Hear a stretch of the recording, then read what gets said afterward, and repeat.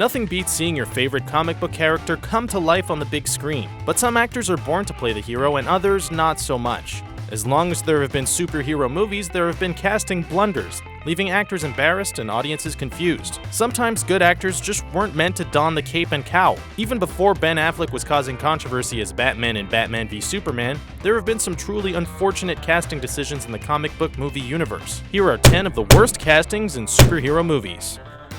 Halle Berry as Catwoman. Halle Berry won the Academy Award for Best Actress in 2002. And what did she do with all that awards clout? She started filming Catwoman the very next year. To be fair, Halle Berry really didn't have much to work with in the 2004 Catwoman. The plot is thin, the dialogue is cheesy, and clearly more attention went into her outfit than into her character. But she doesn't add much with her own acting either. In the comics, Catwoman is a complex, enigmatic figure with her own sense of morality. Halle Berry makes her into a dull, vaguely sexy cardboard cutout. Berry was awarded the Razzie for Worst Actress of the Year, and she actually showed up to accept the award. She thanked Warner Bros. For putting her in a piece of shit, god-awful movie, saying it was just what my career needed. Halle Berry may have been a bad casting choice, but at least she has a sense of humor. Nicolas Cage as Ghost Rider. In the comics, Johnny Blaze is a tough, young stunt motorcyclist. He can also transform into a spirit of vengeance with a flaming skull for a head and a chain of solid hellfire. But in the 2007 movie Ghost Rider, Johnny Blaze was played by middle-aged Nicolas Cage.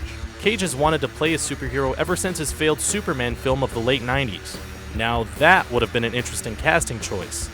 But while we'll never know if Cage could have pulled off the Man of Steel, he was way off the mark for Ghost Rider. Cage's take on Johnny Blaze was goofy, mumbly, and nothing like the badass hellspawn of the comics. But that didn't stop them from making an even worse sequel with Cage still in the lead. George Clooney as Batman.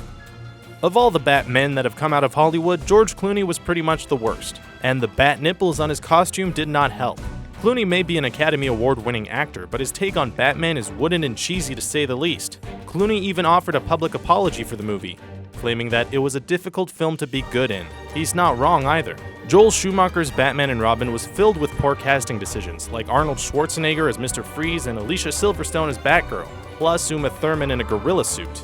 Batman and Robin pretty much killed the Batman franchise until Christopher Nolan resurrected it with Batman Begins in 2005. Clooney is a charismatic actor who might make a passable Bruce Wayne, but he's totally wrong for the dark and brooding caped Crusader. Eric Bana as the Hulk. Between the current Avengers series and the Edward Norton reboot of The Incredible Hulk just a few years ago, it's easy to forget the Hulk film from director Ang Lee back in 2003. Clearly, Lee was trying to focus on the emotional struggle of Dr. Bruce Banner, going for more inward reflection and less smashing. But actor Eric Bana was not the right man for the job. His Hulk spends most of the movie sulking and staring into the distance. Sure, in the comics Bruce Banner is more introverted than his green-skinned counterpart, but he's not a mopey sad sack. Most of the time, even Bana looks bored with his dull performance. Jessica Alba as the Invisible Woman. Sue Storm of the Fantastic Four is a beautiful, intelligent, powerful superhero, and frequently acts as the glue to hold her team together. Jessica Alba was beautiful, but not much else, in the 2005 Fantastic Four movie and 2007 sequel. Her lines are awkward and she has no chemistry whatsoever with Reed Richards. She doesn't even manage to have a convincing sibling relationship with Johnny Storm, played by pre-Captain America Chris Evans. The Invisible Woman is one of the greats of the Marvel Universe, but the choice to cast Jessica Alba reduces Sue Storm to eye candy, a weird choice for a character who's invisible half the time. Ben Affleck as Daredevil.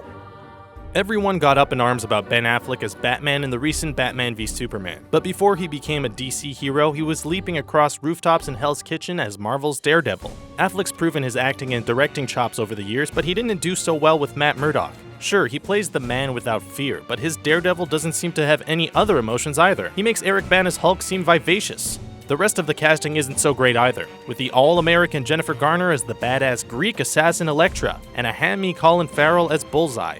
At least they made Affleck look a little better suited for his role by comparison. Luckily, Charlie Cox has taken over Daredevil for the Netflix show, leaving Affleck free to beat up Superman on the big screen. Shaquille O'Neal as Steel.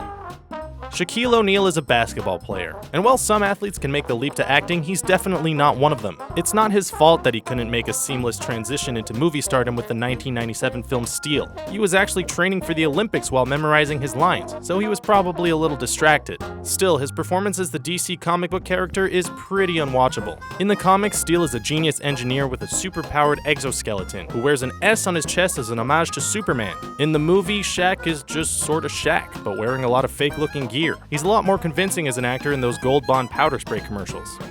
Seth Rogen as the Green Hornet. The Green Hornet has appeared in comic books, but unlike all the other heroes on this list, he wasn't a comic book character from the beginning. He started off in a radio program, and then film serials and a TV show with Van Williams and Bruce Lee. In 2011, the Green Hornet made a triumphant return to the big screen. Well, kind of. Comedian and actor Seth Rogen played the masked vigilante, taking the character in a much goofier direction than the source material. The original TV show had Bruce Lee as Kato, so you know that fighting was no joke. Instead of a streetwise vigilante who's shunned by society though, Rogen gave us a slacker bro in a fedora, which is pretty much what you should expect when you cast Seth Rogen in a film. He's not a bad actor, just not quite the guy to play a serious mass crime fighter. Topher Grace as Venom. It's looking like Spider-Man fans have yet another round of movies to look forward to, but no amount of web-slinger reboots can make us forget the hot mess of Spider-Man 3. Tobey Maguire's run as Spidey was on its last legs, and somehow Topher Grace ended up playing Eddie Brock. In Spider-Man comics, Eddie Brock is a muscular bodybuilder and pretty much the polar opposite of Topher Grace in every way. Grace did his best with the character, but he probably would have made a more believable Peter Parker than an Eddie Brock. And his Venom just wasn't all that scary, although the movie was so overstuffed with villains it hardly made a difference. Ryan Reynolds as Green Lantern.